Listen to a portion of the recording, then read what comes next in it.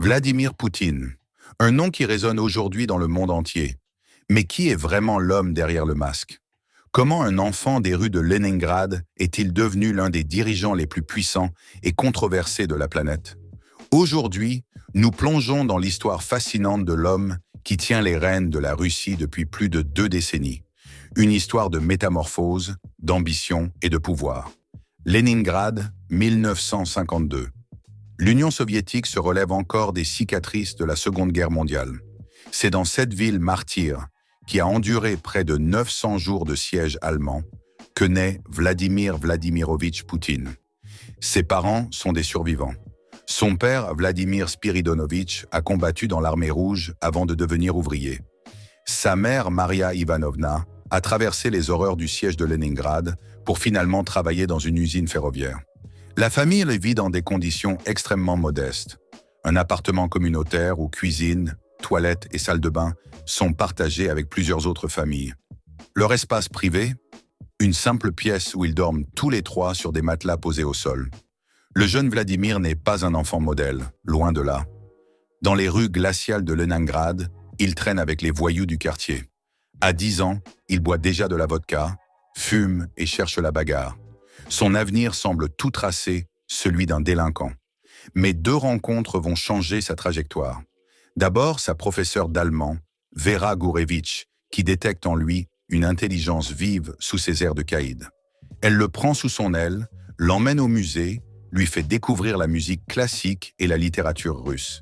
Ensuite, son professeur de judo, qui canalise son énergie débordante et son tempérament bagarreur. À cette époque, le KGB, principal service de renseignement soviétique, recrute souvent parmi les jeunes pratiquants d'arts martiaux. Fait d'intéressant, c'est une série télévisée soviétique, Les 17 moments du printemps, mettant en scène un espion infiltré en Allemagne, nazi, qui inspire au jeune Vladimir son rêve de devenir agent secret. À 18 ans, Poutine intègre l'université de droit de Leningrad. Pendant 5 ans, il étudie le droit, la philosophie politique et perfectionne son allemand. Cette formation complète sa transformation. L'ancien voyou devient un jeune homme discipliné, cultivé et ambitieux. Diplôme en poche, il réalise enfin son rêve d'enfant. En 1975, il est recruté par le KGB. Mais la réalité est bien différente de ses fantasmes d'adolescent.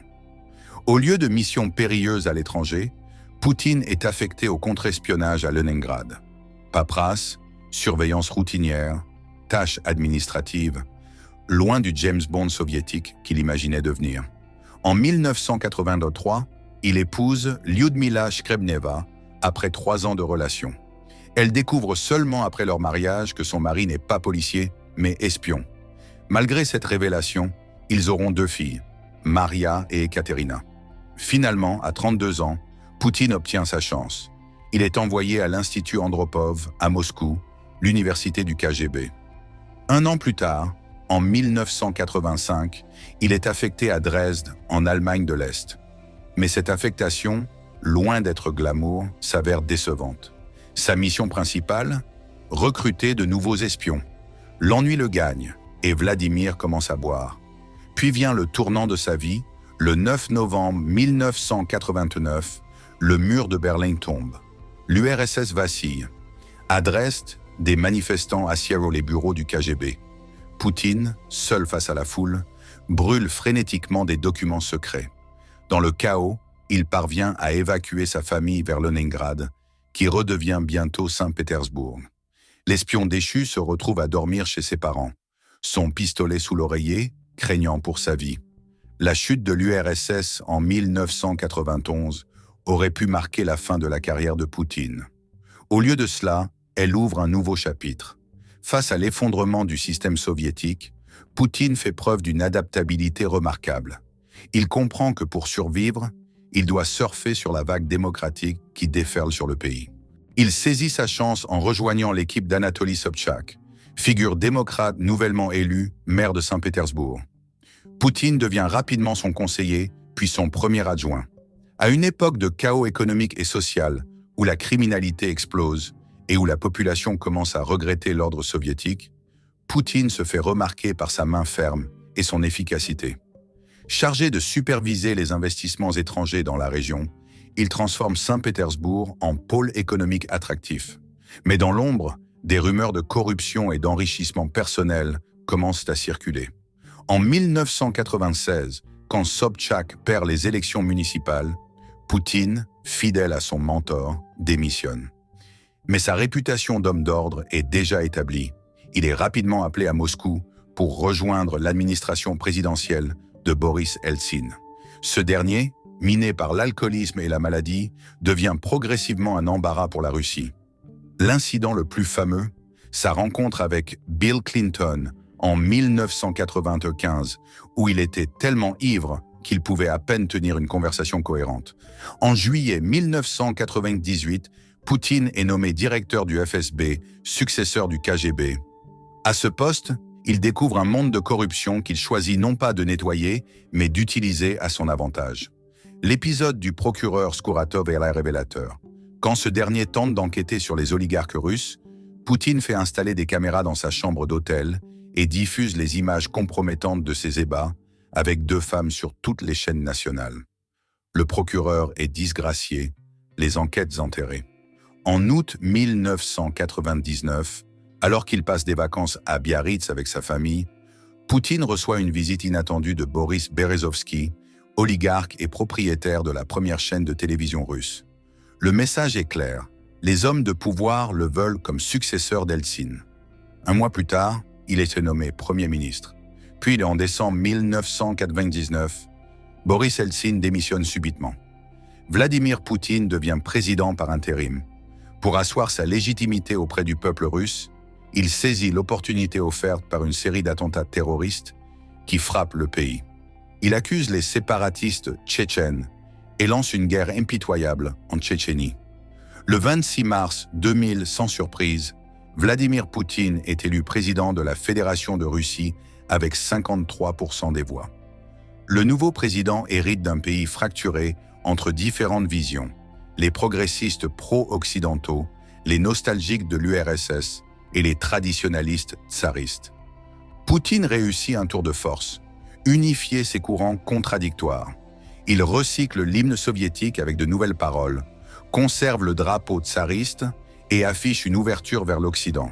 En 2001, il prononce un discours pacifiste au Parlement allemand, déclarant la guerre froide terminée. Après les attentats du 11 septembre, il est l'un des premiers dirigeants à appeler George W. Bush pour lui offrir son soutien contre le terrorisme. Mais derrière cette façade, il consolide son pouvoir selon 2 axes, la verticale du pouvoir, centralisation de l'autorité à Moscou, et la dictature de la loi, mise au pas des oligarques. En 2004, il est réélu avec 71% des suffrages. Son discours change progressivement. En 2007, à Munich, il prononce un réquisitoire contre l'ordre mondial dominé par l'Occident. Il qualifie l'effondrement de l'URSS de plus grande catastrophe géopolitique du XXe siècle.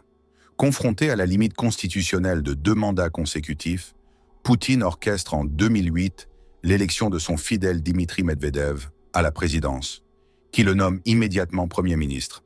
Pendant ce tandem, Poutine reste l'homme fort de la Russie. C'est lui qui, dans l'ombre, ordonne l'invasion de la Géorgie en 2008. Mais Medvedev a ses propres idées, lutte contre la corruption, modernisation technologique.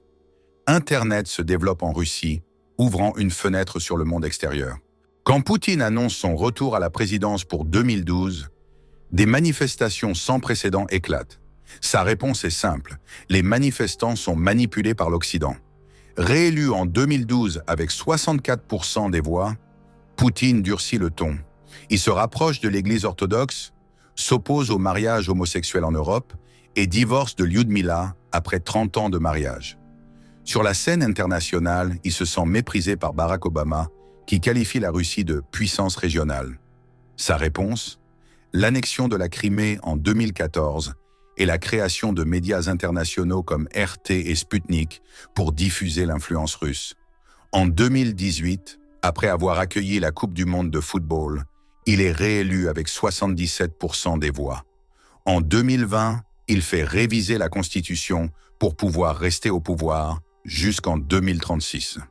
Aujourd'hui, Vladimir Poutine apparaît comme l'incarnation d'une Russie qui refuse de s'effacer. Pour certains, c'est un héros qui a restauré la fierté nationale. Pour d'autres, un autocrate qui étouffe les libertés et menace la paix mondiale.